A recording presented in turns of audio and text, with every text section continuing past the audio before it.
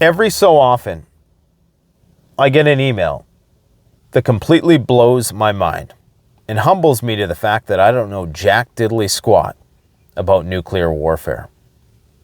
The information I'm about to share with you today is going to blow your socks off, okay? I guarantee you 99% of people are not aware of what I'm about to tell you. It's not classified. It's not a national security threat. This is open source intelligence. However, the person who sent me the emails, I should say, because it was an exchange, advised me to exercise caution when disseminating this information because it's a hill that I ought not die on, because unless I'm familiar with the jargon and the nomenclature, I might not be able to adequately defend the position. So I'm putting this out there in a hypothetical sense, and I want you to consider it. But from my perspective, it explains things perfectly. And there are voids of knowledge in national security, things that are unexplained for obvious reasons, that we need to make inferences if we are going to have any fighting chance of surviving a potential full-scale nuclear war. Get a load of this.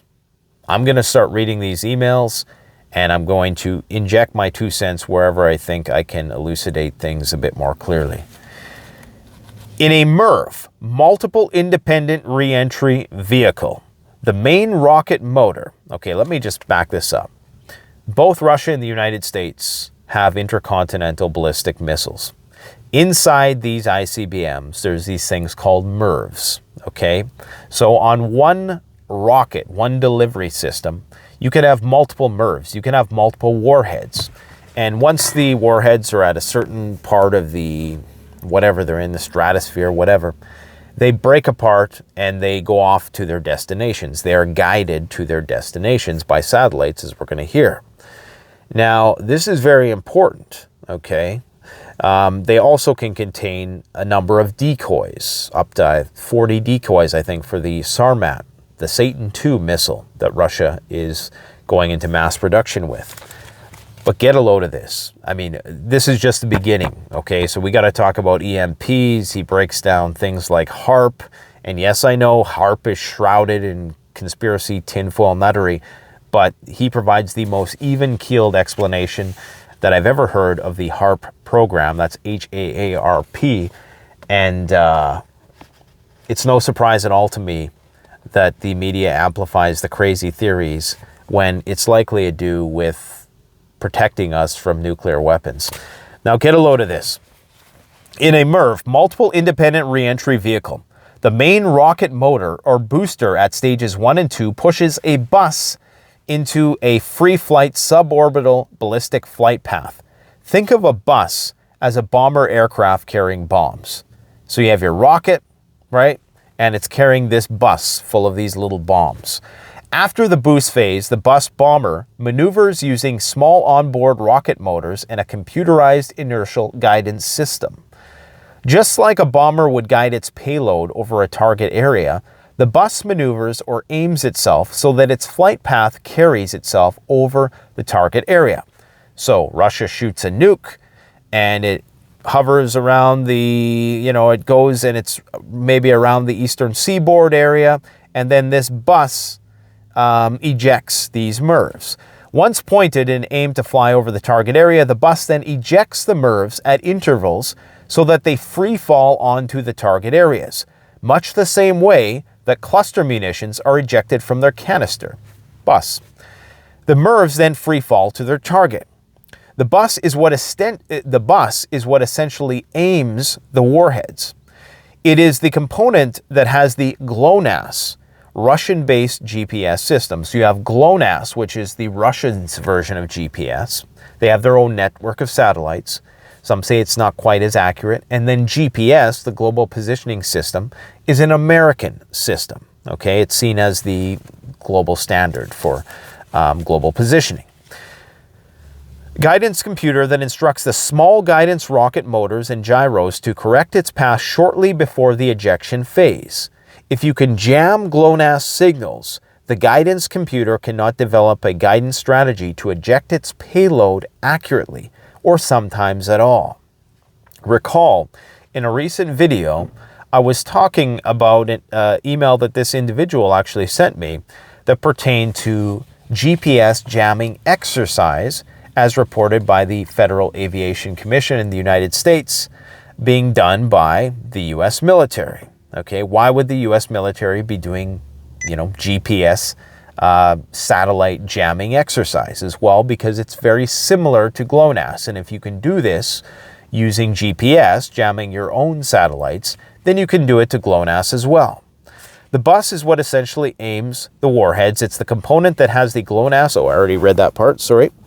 Ejected warheads may fall short, long, or not at all towards their intended targets. While it might not eliminate a nuclear device from falling and exploding, it can cause them to fall short or long of their target, reducing the possibility of a direct hit and may reduce damage to critical targets. It's not perfect, but it's a strategy. Something else you probably don't know is why many countries opted out of a first strike policy. It's not what we think, guys. While MIRVs are shielded against EMP energy, it's not a guarantee. Okay, EMP energy is electromagnetic pulse energy that's emitted by a high altitude or a nuclear weapon. It doesn't have to be high altitude, but high altitude is going to get you the longest distance covered for this effect. So a nuke releases a lot of energy, okay, and that fries any electronics. Most military weapons are built to withstand this levels of voltage. However, if you have a certain type of nuclear weapon, it could likely emit voltage which would exceed these vehicles and these whatever sort of intricate machinery that you were trying to protect. It might be able to exceed its shielding. Okay, so anyways, while MIRVs are shielded against EMP energy, it's not a guarantee. Like in chess, the player may wait for his opponent to make a move, then eliminate his own opponent's pieces before making a move of his own. So it's kind of like a counterpunch. You dodge the first punch, and then you do a retaliatory strike. You let the other side launch all their nukes. You throw up a nuke of your own over your own territory. Then you use that to generate an electromagnetic pulse that will disable all the incoming nukes. And the reason why you have to do this is because hitting a nuclear weapon with an anti-ballistic missile is nearly impossible. And doing it hundreds of times over is, forget about it. Those nukes are going to get through. You have to find another creative way to get around the problem. And the problem with them coming up with solutions like this is that it actually increases the likelihood of a nuclear conflict. And it increases the likelihood that the other side gets nervous that we are potentially planning something because we have the means to neutralize their nuclear weapons. Anyways, I'll continue. In nuclear warfare, this can be done to some degree by waiting for the other side to launch an initial attack. Once airborne, the missile guidance system bus can be affected by an EMP blast. Launching an intercept ICBM and detonating it to create a strong enough EMP blast can affect the guidance system of an opponent's missile or destroy it completely, rendering it less effective. So the only way to destroy a nuke is with another nuke. The only way to kill a diamond is with a diamond. This strategy illustrates the idea of destroying the opponent's initial strike launch, then following up with a counterattack of your own. You may have seen, and this is where it gets fascinating to me because this maps on perfectly to what we're seeing right now on flight radar. You may have seen multiple B-52s. You may have seen multiple B-52s flying over the U.S. recently. They're armed with nuclear cruise missiles. Why? The idea is to launch them towards the intended flight path of incoming ICBMs to hopefully intercept the flight path of the ICBM and detonate, rendering them less effective. The only way a B-52 can target foreign targets, is to fly within cruise missile range or fly directly over the target to drop a gravity bomb. So he's saying the only reason why, B-52s would be armed with these things is if they were on enemy territory or over or near, which they're not. They're flying over the United States. So why? Why are they constantly flying over the United States? Well, this is why. B-52s can't be used to attack foreign targets from the US mainland. That is done by ICBMs or sub-launched ballistic missiles, right? As I've explained to you, that is the US nuclear intervention protocol. The downside is that nuclear weapons will be detonated either at targets or above US soil. Fight fire with fire. Unfortunately, everybody gets a permanent suntan, or at least gets their electronics fried. Better, I guess, than having, radioactive fallout everywhere, to have no power on your grid. Because, of course, our grid is not hardened for EMP. You can try to verify what I've told you, but I doubt you can. I would use caution in trying to educate others without the ability to verify what I've said. Hence my disclaimer at the beginning of this video that I'm positing this as a hypothetical. And you can go and do your own research, but for me, it's a valid inference to make. I would rather not see you die on that hill. Well, I don't plan on dying on that hill. But now you know they're jamming GPS signals. Follow the trends. You'll find most jamming is done over high priority targets like DUMBs and military installations. DUMBs are deep underground military bases, i.e. nuclear warfare bunkers. Paris Island, Norfolk Shipyard, Cheyenne Mountain, NORAD, you get the idea. He provides a very detailed diagram of what's going on here. Now, there's something else that he talks about that I'm not going to get into. He talks about EMP coupling, which I think might be a little bit too complex for the better part of my audience, not because you can't grasp it, just because I would have to go on some long-winded tangents to explain exactly what he's talking about, and I'm not an expert on it either. But I will, and I do want to share with you some other stuff. So if you use Flight Radar 24, look for a plane called Beechcraft RC-12 Guardrail. Not only can it receive Snoop telecommunications transmissions, but it can also transmit radio frequency noise to jam radio frequency spectrums. All the technician has to do is modulate the transmission frequency and power into an antenna that is intended for that frequency spectrum and turns everything into white noise.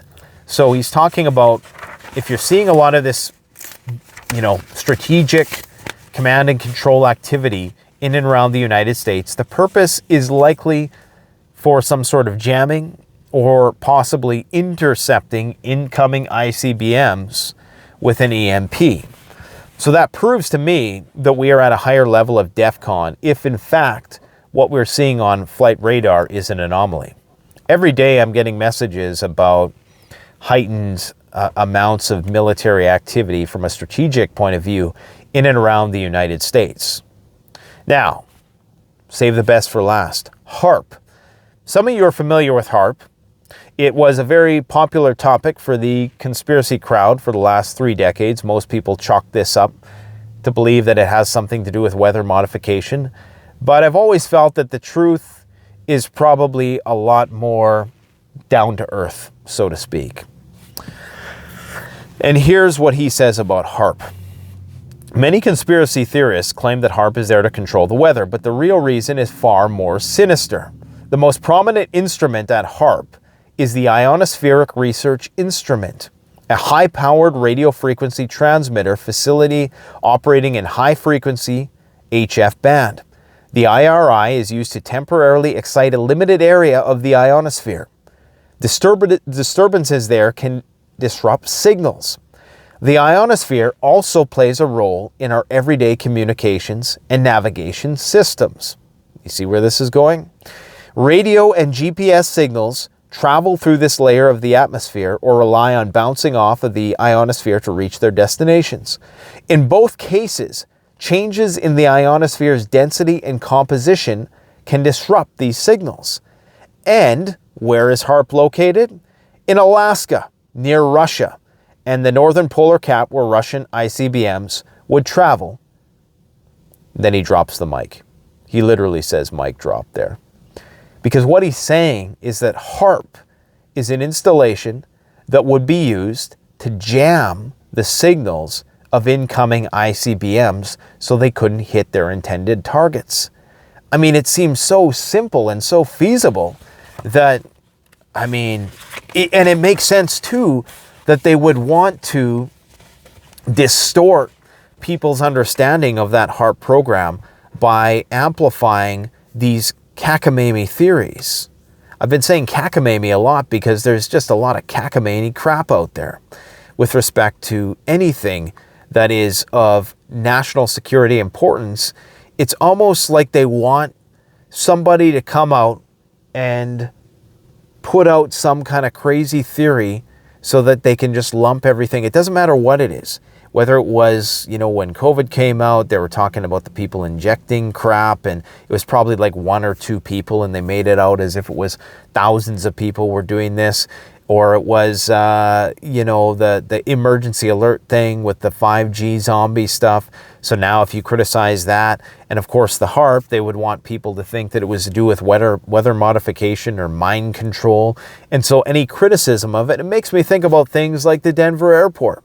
You know, maybe the whole Illuminati artwork and stuff like that was put there so that people would make up all these crazy theories about the place so it could just be brushed off, when the reality is it's very likely a underground government military complex, because they put these things in plain sight. And I don't think it's directly beneath the Denver airport. I think it's probably a conduit. For starters, it is the most geographical center in terms of an airport in the United States. Not dead set geographical center, but very close.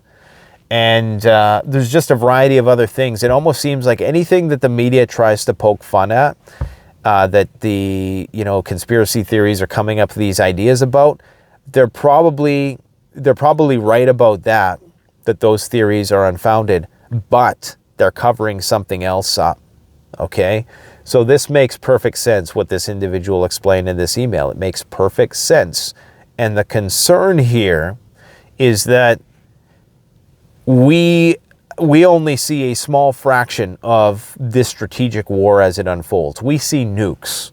We don't see what other ways they're fighting or potentially fighting this strategic war, be it by assassinating commanders of you know, the chain of command, making sure that the signal, the communication to launch can get through. As important as nuclear weapons are, your ability to launch those nukes is something people just think, oh, you just push a button. It's not that simple, right? You have to have a way to connect under it. When you're in a conflict, you have to have a way to guarantee that you will be able to communicate with all your missile silos and your nuclear submarines that are all over the world. That's not an easy task to do, okay? So this is big, and I do believe it is very, very significant. And I will reiterate my own hypothesis that if Ukraine wants to continue to get support from the US in particular, maybe less so the EU, because the EU will probably support Ukraine to the bitter end because they have no choice. But if they want to continue to get support from the United States, there needs to be an attack on NATO within the next, I'd say, you know, before the government shutdown. So I predict that there's going to be some big, large-scale attack on a NATO country. That's my prediction, because that's the only thing right now that is going to increase people's sympathy for the Ukrainian people, because it's waning right now. Across every metric, people are becoming disinterested in the Ukraine war, and that's leading to a lack of support, which will inevitably see them lose the conflict. And if they lose the conflict, then the war is coming to Poland, it's coming to the Baltics. It's coming because NATO as an alliance is built for the sole purpose of defending against the Russians. And you can bet that the provocations won't stop in Ukraine. I hope you found this video somewhat insightful. Let me know what you think about it in the comment section below. Thanks for watching. Stay tuned for more. Canadian Prepper out.